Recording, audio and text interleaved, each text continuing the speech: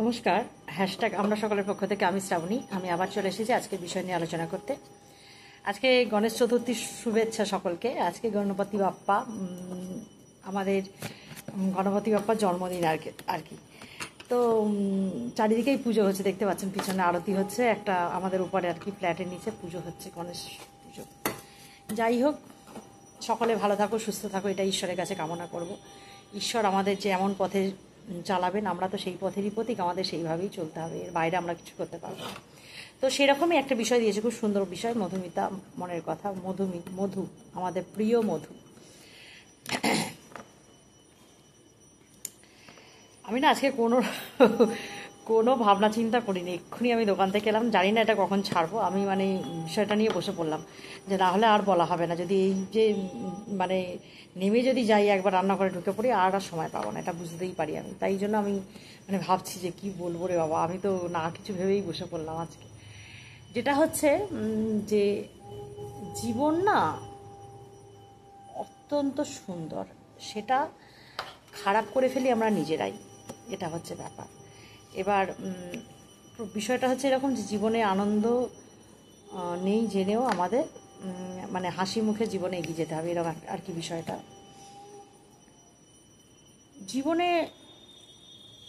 আমাদের এটা সবার আগে যেটা বুঝতে হবে যে আমরা মনুষ্য জীবন পেয়েছি, তার মানে এই যে ঈশ্বর নির্দেশে আমাদের পাঠিয়েছে পৃথিবীতে, আমরা যেন কোনো কিছু কর্ম করে যেতে পারি, ভালো কর্ম, খারাপ নয় কিন্তু ভালো কর্মের জন্যই আমরা এসেছি, বা আমাদের কর্মফল ভোগ করতে এসেছি আমরা। যেটা সবথেকে সহজ ভাষায় এটাই যে আমরা আমাদের কর্মফল ভোগ করতে এসেছি। তাহলে এবার কতটা আনন্দ পাবো, কতটা দুঃখ পাবো, সেটা আমাদের কর্মই নির্ধারণ করবে। এবার এর আগে না অনেক রকম বিষয় নিয়ে আমরা হ্যাশট্যাগে আলোচনা করেছিলাম, যেটা হচ্ছে এটা যে আমরা কিন্তু আমাদের কর্ম দিয়ে জীবনের বদল ঘটাতে পারি। আমরা যদি নিরন্তর চেষ্টা করি যে আমরা ভালো কর্ম, মানে চেষ্টা বলতে কি, আমি এই কর্মটা করি তাহলে আমি ভালো হব, এই কর্মটা করি তাহলে ভালো হবে, এরকম নয়। মানে আমাকে অন্তর থেকে, ভিতর থেকে আমার কর্মটাকে ভালো করে যেতে হবে, আমার কর্মটাকে একটা সুন্দরভাবে তৈরি করতে হবে, যে যে কর্মের মাধ্যমে আমি আরও পাঁচজনকে শেখাতে পারবো যে দেখো আমাকে দেখে শেখো, যে এইভাবে জীবনে চলতে হয় আর কি, এই হচ্ছে ব্যাপার। তো এরকমই। আর জীবনের পথে চলতে গেলে সবটা যে মানে সেই ফুল বেছানো থাকবে পথে, তা তো না। পথে চলতে গেলে পথে তো কাঁটা কাঁকড় সব রকমই থাকবে, শুধু সুন্দর মসৃণ পথ, ফুল বেছানো পথ এরকম তো হবে না। কাজেই জীবনও সেই রকমই, যে জীবনে চলতে গেলে আমরা যারা সংসারী মানুষ, যারা গৃহী মানুষ, তাদের জীবনে নানান ধরনের ওঠাপড়া আছে। কেউ দূর থেকে বলে না যে নদীর এপার কহে ছাড়িয়া নিঃশ্বাস, ওপারে তো সর্বসুখ, আমারও বিশ্বাস। দূর থেকে দেখে না মানুষের মনে হবে যে আমার জীবনটা এরকম, ওর জীবনটা খুব ভালো। কেউ আমরা মানুষরা কী হয়, কেউ নিজের জীবন নিয়ে আমরা খুশি হতে পারি না, আমরা সবসময় অপর দিকের মানুষটাকে ভাবি যে ওর জীবনটা ভালো। তো আমার আমার সকলের কাছে একটাই অনুরোধ, নারী পুরুষ নির্বিশেষে, প্রত্যেক নারীও যেমন ভালো হয় না, প্রত্যেক পুরুষও কিন্তু খারাপ হয় না, এরকমই একটা ব্যাপার। আমি নির্দিষ্ট কোনো মানুষকে করছি না। যেমন আমি আমি আমরা যেমন আমাদের বাবাকে কি খারাপ চোখে দেখতে পারি? আমাদের বাবারা তো আমাদের কাছে সেই কি বলবো, ভগবান সমতুল্য। সেই রকমই ব্যাপারটা, যে প্রত্যেক পুরুষের মধ্যে তো খারাপ ভাব থাকতে পারে না। এমন অনেক পুরুষ আছে যারা কেয়ারফুল মানুষের। আমি না আমার একটু নিজের উদাহরণ দিই তো সবসময়, তবু আমি বলি, আমি আমার বড় ছেলেকে দেখে বুঝতে পারি ওর জীবনে যেই আসুক না কেন সে কিন্তু খুব মানে খুশিতে থাকতে পারবে। ও এত শুধু মানে অন্য মেয়ে যে কেয়ার করবে এরকম না, ও ও আমার খালি মনে হয় ও আমাদেরকে তাকিয়ে বুঝতে পারে যে আমার কোনখানে অসুবিধা। তো ও যেখানে আমাকে এতটা বুঝছে, সে কি তার নিজের স্ত্রীকে দেখবে না? আমি এটা খুব ভালো করে বুঝি যে কোনো পুরুষ মানুষ যদি তার মাকে সম্মান দেয়, মাকে ভালোবাসতে পারে, তাহলে সে অন্যদেরও ভালোবাসবে বা সম্মান করতে পারবে। আর ওই যে বললাম এর আগে একবার আলোচনা, যদি অন্যদিকে চলে যাচ্ছে আলোচনাটা, কোনো পুরুষ খারাপ তখনই হয় সে তার সমাজ, পরিবেশ, পরিস্থিতি নানান কিছুর কারণে হয়। শুধু হঠাৎ করেই অমনি খারাপ হয়ে গেল এরকম কিন্তু হয় না। সে কী মেয়ে কী ছেলে যেই হোক না কেন, এমন অনেক মেয়েদেরও দেখেছি প্রচণ্ড ডেসপারেট, প্রচণ্ড মানে এমন একটা ছলচাতুরি করে মানে পুরুষ মানুষকেও একদম নিচে নামিয়ে দেয়, এরকম আমি অনেক দেখেছি। কাজেই এসব নিয়ে আলোচনা না করাই ভালো। আমার কথাটা বলতে বলতে এইদিকে চলে এলো, তাই মানে মোড়টা ঘুরে গেল অন্যদিকে। এটা অন্য আলোচনার একটা তো জীবনে এরকমই আমি যেটা বলবো যে জীবন সকলের ক্ষেত্রে সমান নয়, ঠিক কথা। জীবনে আমাদের কর্মটা ঠিক করবে যে আমি এখন সুখ ভোগ করবো না দুঃখ ভোগ করবো, কষ্ট করে উপার্জন করবো না আরাম করে বসে উপার্জন করবো। অনেক রকম উপার্জনেরও তো অনেক রকম পথ আছে, তাই না?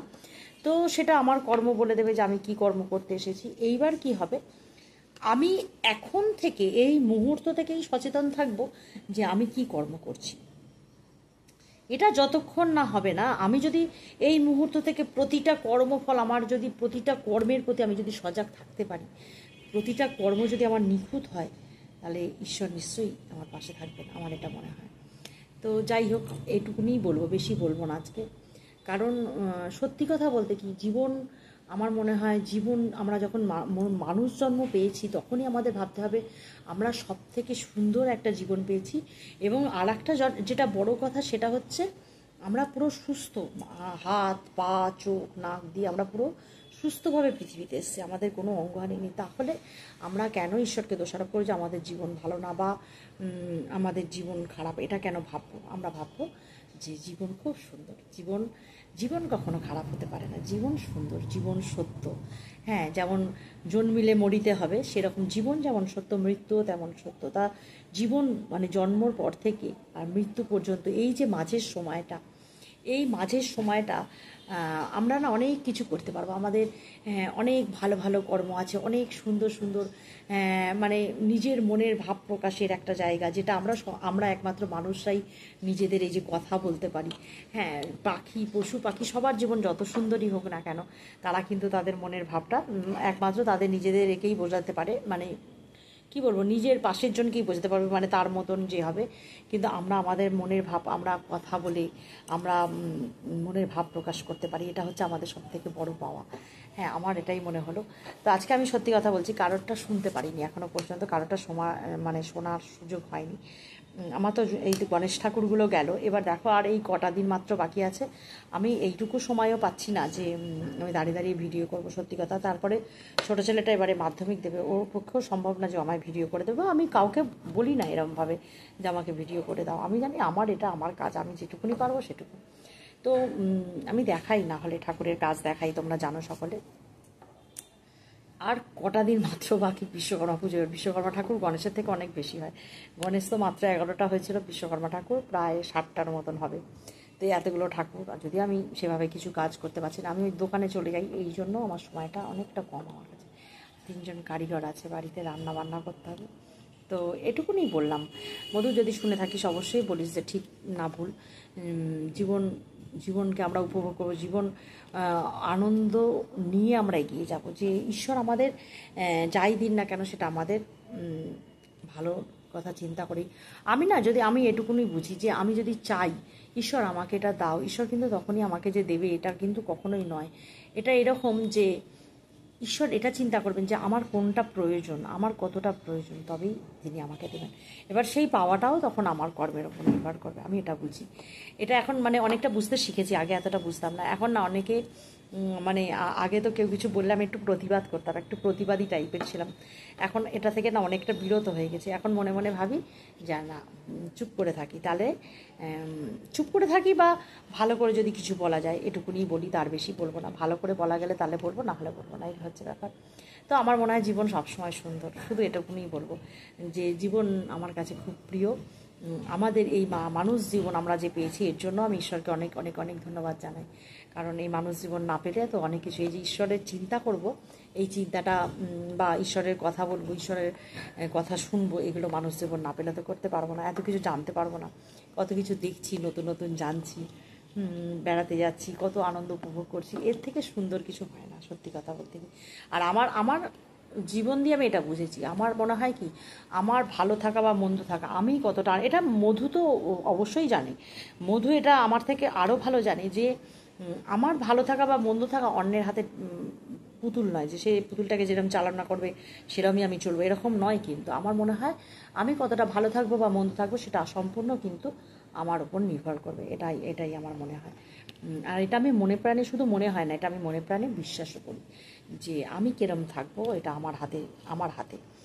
তবে হ্যাঁ, পারিপার্শ্বিক পরিস্থিতি হয় নাকি অনেক সময় পারিপার্শ্বিক পরিস্থিতির শিকার হতে হয় না যে তা না, কিন্তু সেটাকে মানে ওভারকাম করার ক্ষমতা ঈশ্বর আমাদের দিয়েছেন, এটুকুই বল। তো চললাম আজকে এ পর্যন্তই। সকলে ততক্ষণ পর্যন্ত ভালো থেকো, সুস্থ থেকো। কালকে সময় পেলে আবার আসবা কোনো বিষয় নিয়ে আলোচনা করতে।